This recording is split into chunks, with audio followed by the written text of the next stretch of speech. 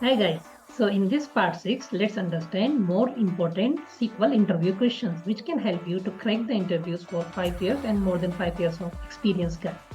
Today we are going to understand the advanced part of the SQL interview question, which is cluster index, non-cluster index, filter index, cover index, special index, what are the importance and what impact they have when in your resume, when you write, during SQL plan, you do profiling. So they will ask these basic questions, and then we will see other questions also, operators and different types of operators.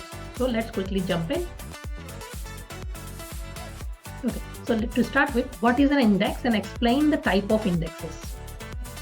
So to answer this, you can simply say an index is a database object that enhances the speed of data retrieval operation on the database table. It means data retrieves faster than the normal, without having the index. It goes to the table scan. That's another concept. Okay, so indexes work similar to the indexes in a book. They provide a quick way to locate specific data without having to scan the entire table. It means when you read the book, with the help of indexes, you directly go to that chapter. You don't go and scan each and every page, right?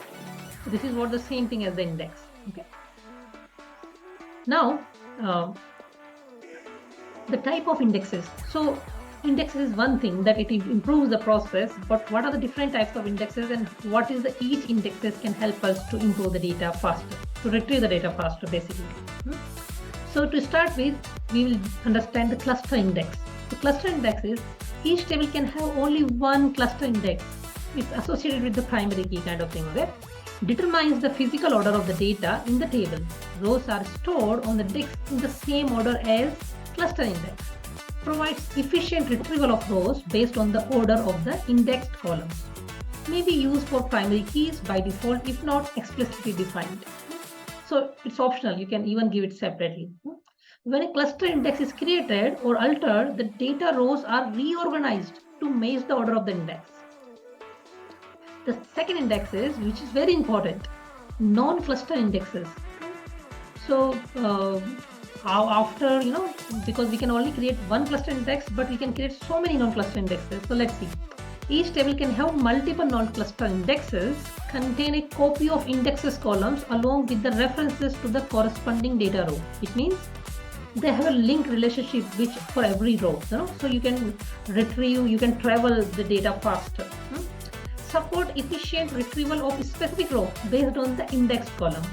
Non-cluster index are separate from the actual data storage, which allows the more flexibility in indexing column, right? Okay, so the next is similar to a non-cluster indexes, but enforce the uniqueness on the indexed columns. Prevents duplicates values in the indexed columns, can be applied to both cluster and non-cluster indexes. Often used to enforce the uniqueness of primary keys or other unique constraints. Okay, so filtered index. So filter index is nothing but a specialized index that includes only a subset of the row in a table. What does it mean? Created based on a filter condition defined by user. Useful for optimizing queries that involve a subset of the data. Reducing index size and maintenance overhead. What does it mean? Suppose you have one table, there you have data for 5 regions, okay? Out of that, the US, let's say US is a very big region, okay? And then most of the queries are targeting to that region. So we can create an index which is filtered by some value. It means the query will take the advantage of if we apply the like a filter class, like a where class. So index also can be filtered. So it's nothing but a filter index. Why we do that? Why we are not considering everything? Then it's just a regular normal non-cluster index, right? Filters means it's specific for something. So suppose some queries are targeting only for a specific reason, then this filter index will be used, not the non-cluster index. I hope you got it. Let's continue. This is covering index. Now we have understood cluster index, non-cluster index. Now what is covering index? So the covering index is an index that includes all the columns required by a query. So the query can be satisfied using or without referring to the actual data. Improves query performance by reducing the need to access the actual table data. So it means we are trying to cover the fields, with the indexes. That is nothing but a covering. Okay, so now the next is special index, used for optimizing queries involving special data such as geographical data, which is nothing but our, you must have heard about, geographical data, how to get it stored, where it gets stored. Suppose we want that data also to retrieve faster. So for that, a normal non-cluster indexes can't work. For that, there is a special thing called special index. Okay. So what does it mean? Enable efficient special searches and distance calculation. Full text index. The next is full text indexes, which is designed for efficient text by searching with large textual column. Support complex searches with feature like word skimming, stop word removal, and proximity search. What does it actually mean, the full text? It means sometimes we use like operator, and then we try percentage here and there, prefix and postfix, and we try different or condition.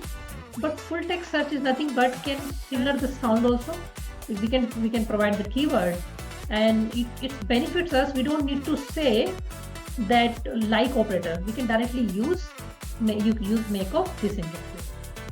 Okay, the next is what is meant by entities and relationship. So you must have heard, this is theoretical part again. Okay, the entities and relationship. So the entities and relationships are fundamental concept in the database design and represent the structure and association between the data element in the database. It means you are talking about, let's say, library, or you are talking about an organization entities. What are the organization entities? Employees, HR, the offices, branches. These are the entities, departments. How they are related? One department will have many employees, so one entity is having relationship with another entity, but there is a relationship. Okay, so again, entities are the objects or concepts that are represented and stored in the database. They can be tangible or intangible, such as people, places, things, or event, depending on the domain being modeled. Relationships define the connection or association between the entities in a database. They represent how entities are oriented with each other. Now, what is the difference between the char and varchar data types in SQL? Okay, so this also is a very common question nowadays. In SQL, both char and varchar are used to store the character data. It means the string, but they have some key difference in terms of storage and behavior. Storage level, let's see the storage level. Char. The char data type is used to store fixed length string. What does it mean? It means the name itself saying the fixed length. You can't decrease the size of it, right? It means even though you provide the less, it will still occupy that much, right? That's what we call it, fixed length. It's a 5-liter container. Let's say even though you pour it 1 liter, 2 liter, doesn't matter. It's going to occupy, as per the space, 5 liter. I hope you got it. It allocates a specific number of bytes and each value. In the same way, there is a varchar. Let's see the varchar. So the varchar data type is used to store variable length string. It means if whatever you put, it will only consider that amount. It will only consider that kilobytes. It's not going to. It's going to shrink it. So you can always go with varchar, not go with char. Okay, so in case your interview will ask you what to choose, if there is a both are string, what's the difference, and which data type you will choose, char or varchar, is there any difference? They are trying to trick you. So you need to provide these answers, fixed length and not the fixed length. Pairing, what does it mean? Again, the same concept which we just said, it's a fixed length. If you store the string that is shorter than the defined length, it will be paired with the space. Just now we talked about, right? 5 liter, 1 liter, example, same thing. The trailing spaces. The trailing spaces are represented in the char column. So if you store hello in a char 10 column, it will be stored as a hello, paired with the spaces. The same thing. It's trailing with the spaces. If you're not supplying, it will still occupy with the spaces. That's the problem with the char. So always go with varchar. Sometimes we have. Then let's see the comparison and sorting. The char and comparison between the varchar. So since char columns are padded to a fixed length, comparison and sorting might behave unexpectedly if not considered carefully. Apple and apple padded with spaces. Right? And then varchar columns behave as expected during the comparison and sorting without any padding related issues. What are the SQL operators? In SQL, operators are used to perform various operations on data within the database. These operators allow you to manipulate, compare, and combine data to retrieve the desired result from your SQL query. Here are some common SQL operators. Arithmetical operators, comparison operators. So let's see arithmetical operator. So you have to say theoretical part also in interview. So you start with addition, subtraction, multiplication, division, remainder, modulus, right? So you're using it, but you have to represent it as a theoretical part in your interview. And the comparison, you're using it daily, right? Equal to, not equal to, less than, greater than. So these are the comparison operators.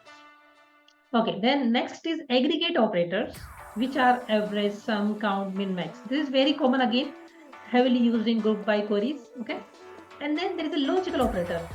Not everybody uses these operators except the in, like, and or operator. But these are the logical operator. This can be a tricky questions if they wanted to know more of your knowledge in terms of logical operators. Okay. Thanks for watching, and if you wanted to know more interview questions, you can download our app, and in that you will get free SQL interview questions, Power BI interview questions, Snowflake, Databricks, and a lot of interview questions courses we are going to post free. No payment is required. Thanks for watching.